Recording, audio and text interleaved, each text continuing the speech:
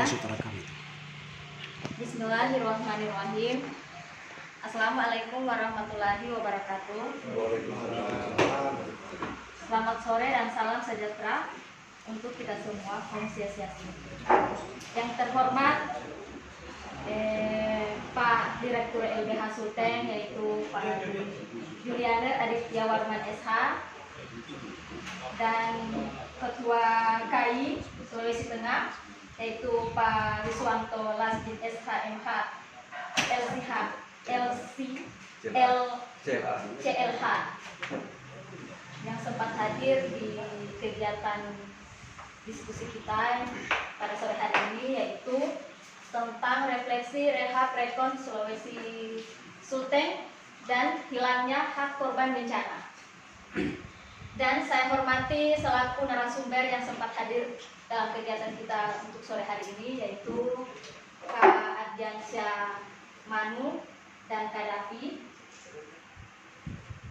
Puji syukur kita panjatkan kepada kehadirat Tuhan Yang Maha Esa, yang mana telah banyak memberikan kita rahmat sampai kita dapat berkumpul di tempat rumah kita tercinta ini, yaitu di rumah LBH Sulteng, yang mana telah memberikan kita banyak rahmat sampai kita banyak berkumpul dan berdiskusi di tempat rumah kita tercinta ini. Salawat serta salam tak lupa pula kita haturkan kepada junjungan kita Nabi Muhammad SAW, yang telah mana membawa kita ke alam yang begitu gelap sampai kita menikmati dengan suasana yang begitu terang menerang sore hari ini.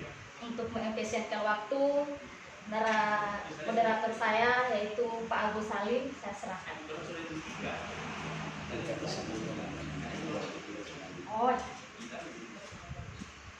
Untuk selanjutnya yaitu sambutan dari Ketua LBH Sulteng, saya persilakan. Yaitu Pak Riswanto Lasdin SHMH LSH, saya persilakan sambutannya. Terima kasih. Assalamualaikum warahmatullahi wabarakatuh. Selamat sore, salam sejahtera kita sekalian.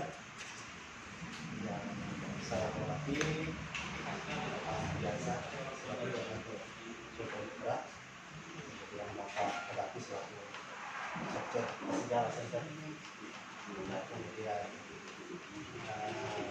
Ketua LBH Sulteng Bapak Julianer SH, dan Penggagas, khususnya dia di DPD KI Sulteng beliau ini menjabat sebagai Ketua Bidang Hubungan Antar Lembaga Penegak Hukum dan Ormas, Bapak Agus Salim, yang kami hormati, serta kawan-kawan sekalian dari kedua hadir, kemudian para legal dan non legal dari LBH Sulteng yang sangat berbahagia pada sore hari ini. Jujur saya sampaikan bahwa kegiatan ini saya baru mendapat informasi kemarin dari Pak Agus untuk meminta dukungan sehingga bisa terlaksana kegiatan ini. Cuma ada satu hal yang sedikit mengganjal bagi saya kemarin, yang saya dibuka secara resmi. Sebenarnya yang layak pantas dibuka secara resmi kali ini adalah salah satu program yang dilaksanakan oleh LBH Sulteng itu sebenarnya. Namun demikian karena kita punya visi, misi dan gagasan ide yang sama, saya memohon izin untuk kita semua supaya juga kawan-kawan juga tahu bersama bahwa saya dimintakan oleh Pak Agus.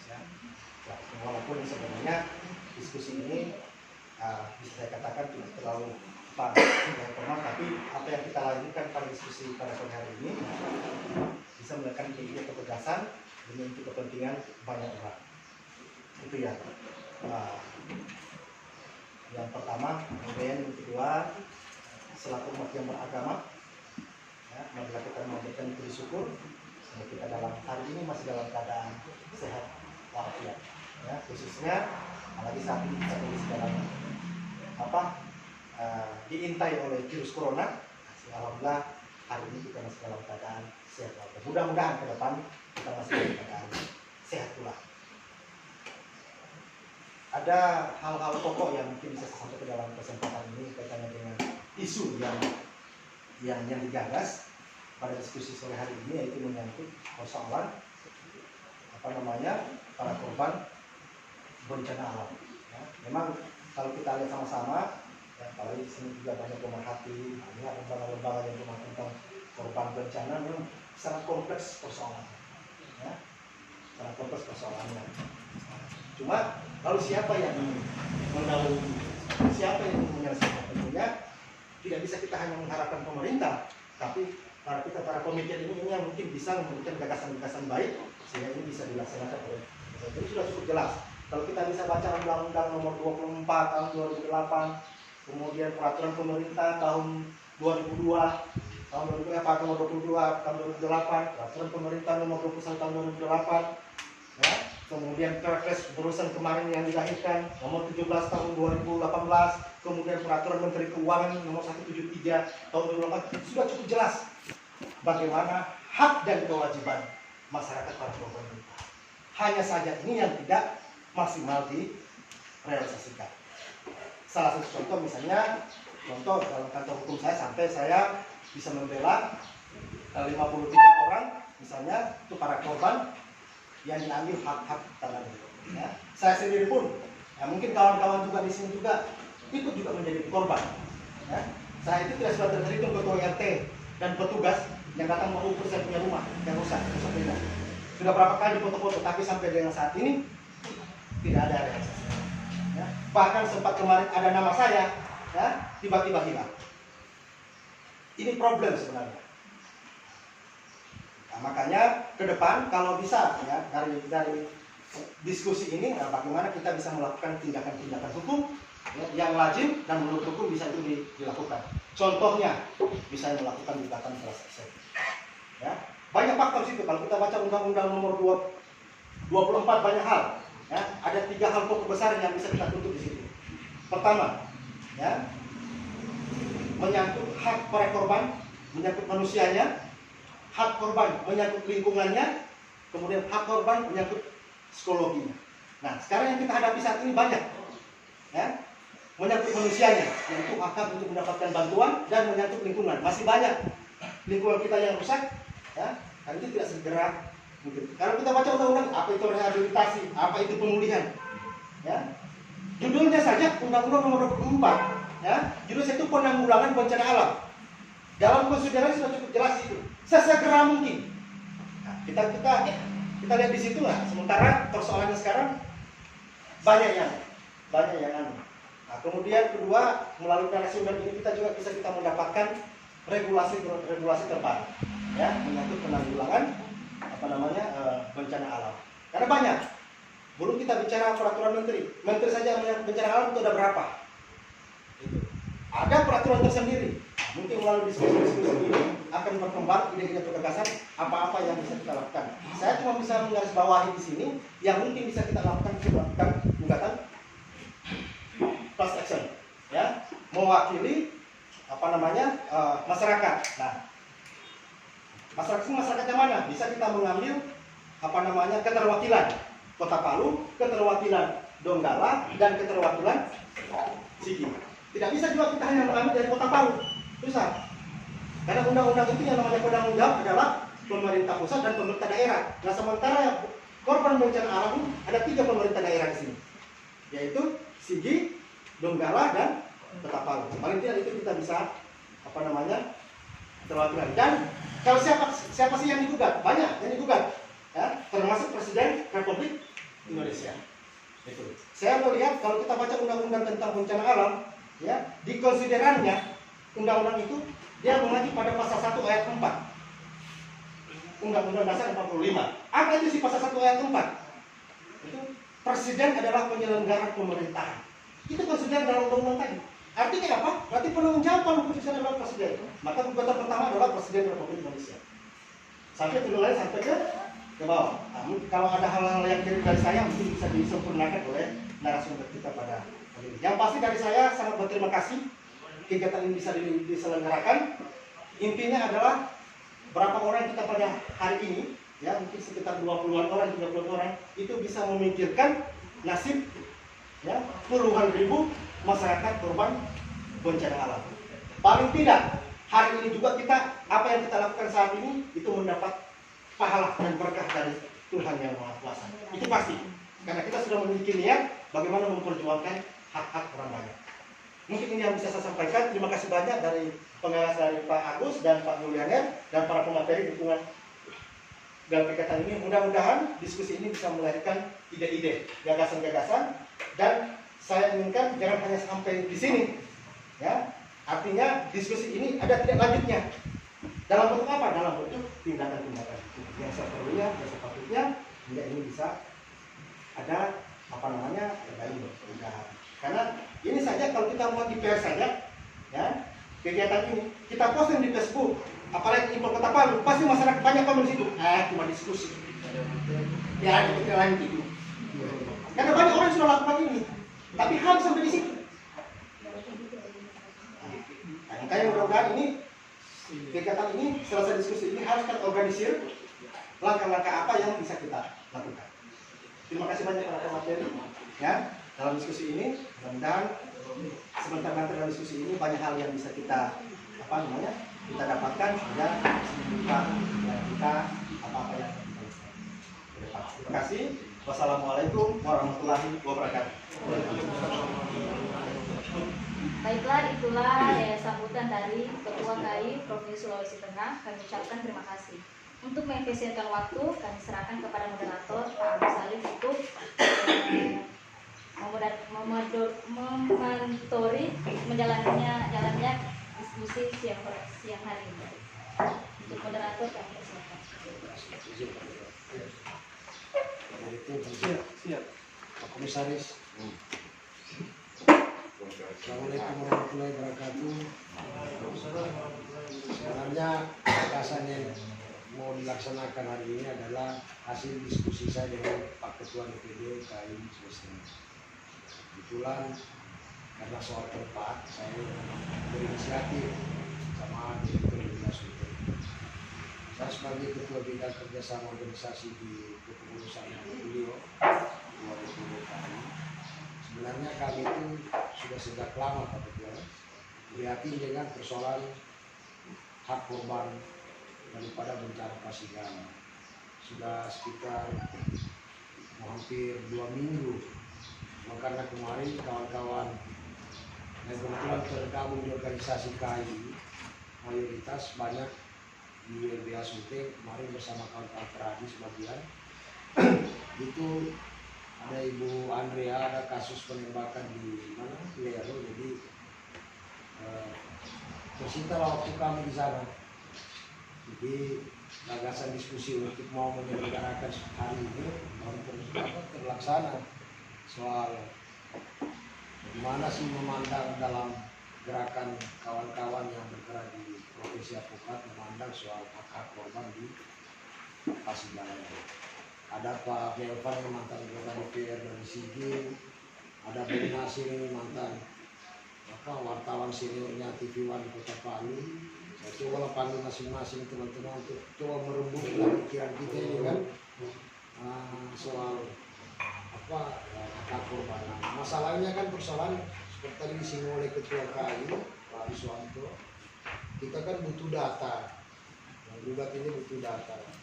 Nah, pikirannya itu kemarin saya coba beli, saya sapa sih kawan-kawan NGO yang concern betul di soal update data itu. Kalau saya lihat ada beberapa, ada ACT, ada Pasigala Center, ada Sulteng Bergerak. Yang saya lebih dekat ini sebenarnya secara ikatan emosional kepada kawan KADI, karena dulu 18 tahun lalu saya aktif di jaringan wali Yayasan Tanah Merdeka sama KADI. Ternyata KADI sekarang sudah menjadi koordinator di Sulteng Bergerak. Dan banyak mempublisir di Facebooknya, di blognya. Saya lihat-lihat, wah ini nampak lah data itu bisa terupdate kalau kita bisa mau diskusikan hari ini menjadi bagian daripada terutama gagasan daripada gerakan kelompok kawan-kawan yang di Provinsi Apukat. Ya, terus kemudian lagi menunggu ini mungkin lagi di perjalanan ini kawan sekretaris Fasigala Kadafi. Kalau Kadafi itu sudah pada informasi waktu saya diskusi ada beberapa proyek-proyek yang turun APBN dan APBD dan mungkin bisa sharing juga dari segi dari Pak Melbert tidak informasi kemarin. Ternyata itu saya tidak tahu data itu menjadi bagian daripada rumors kah atau cuma selintingan, tapi mungkin kita dengar dari kedua narasumber sebentar. Artinya kalau sudah bunyi triliunan tapi pelaksanaan realisasinya cuma 200 miliar, siapa sih yang punya kewenangan pelaksanaan itu? Sementara tadi sudah disinggung beberapa regulasi oleh Ketua KAI, ini masalahnya di mana? Belum lagi sekarang tumpang tindih dengan kedatangan soal anggaran untuk penanganan COVID. Nah, orang-orang yang sama saja, institusi yang sama. Ini mungkin diskusi kita tidak menarik bagi kalangan kawan-kawan yang suka, maaf saya tidak menyinggung soal kawan-kawan yang suka berpolitik, pesta pora demokrasi, tapi saya mengajak khusus untuk kawan-kawan yang mau konser kepada gerakan hukum dari pekerjaan kami di advokat. Nah, ini kebetulan kawan-kawan advokat ini kan sudah singgung Ketua KAI Marswanto, minimal kita harus melakukan penggugatan class action. Kalau misalnya ada menjadi harapan kita pasca diskusi ini, ada gugatan class action dengan City Law Suite itu. Jadi ini kan ada dana juga kan dari luar negeri. Kita juga bisa, saya ingat dulu waktu bersama KADI itu 24 tahun yang lalu kita buat ADB waktu bantuan Bank Jalur Rindu. Itu soal kan jelas alamat kantornya kalau Bank Dunia dengan ADB, JICA itu kan ada di Tamrin sana kan. Kita cukup melakukan somasi yang sifatnya. Nah, ini gerakan kawan-kawan di advokat ini butuh dukungan moral spirit dari elemen sektor yang lain. Ada kawan-kawan wartawan, terima kasih kawan-kawan wartawan sudah datang untuk meliput kita, sehingga peran daripada tanggung jawab daripada negara, pemerintah terhadap hak korban itu terantisipasi. Untuk meningkat waktu, di sini kita jangan terlalu tegang lah. Bisa juga teman-teman bisa misalnya lagi presentasi kawan KADI dengan siapa Kadafi, bisa juga langsung mungkin ada punya pengalaman share. Kalau tadi Pak Ketua DPD KAI bilang sudah 3-5 kali rumahnya, kalau saya 14 kali. Dari 14 kali 7 nama Agus Salim, baru saya tahu di Watisda itu ada 4 nama Agus Salim. Saya Agus Salim yang tidak pada apa. Saya di bawah rupanya lorong depan saya punya rumah itu lorong Kumbara itu rupanya ada 2 nama Agus Salim di situ. Kartu keluarganya bisa berubah-berubah.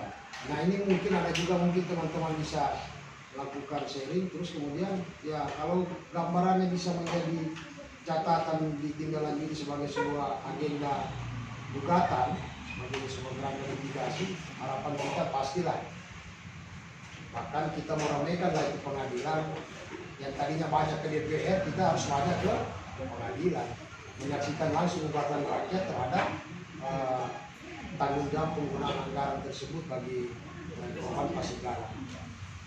Untuk sambil menunggu ada 2 pembicara karena konsekuensinya KADI ini kawan kita yang bulan datang, ya kami beri waktu lah sekitar 15 menit untuk presentasi sambil menunggu infokus. Butuh infokus memang langsung Pak Kadi?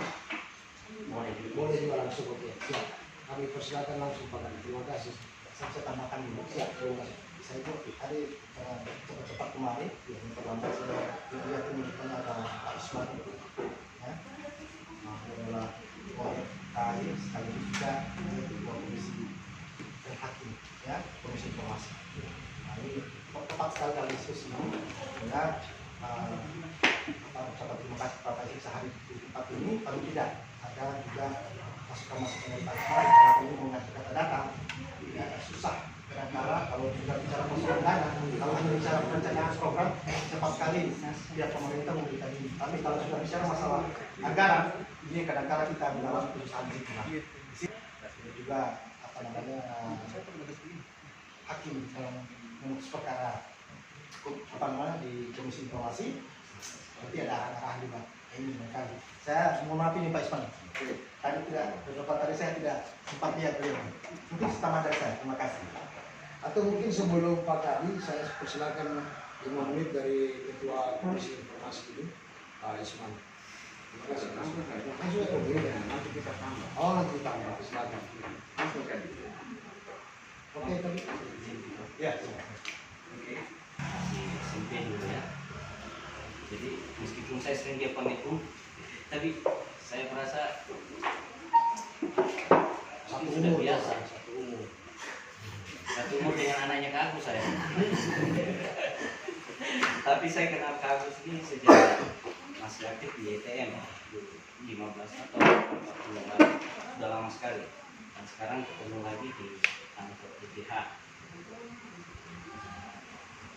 Yang saya hormati Ketua KI, Direktur LBH, Pak Isman, yang bisa hadir, Komisioner Komisi Informasi Publik, Pak Agus juga. Ya, saya praktis memang Habis. Direktur Wali ini. Direktur Wali ada. Saya praktis memang kaget juga tadi malam saya dikontak Kak Agus. Ya, ada diskusi nih besok. Ini satu. Nah, sementara kan harapannya hari ini kita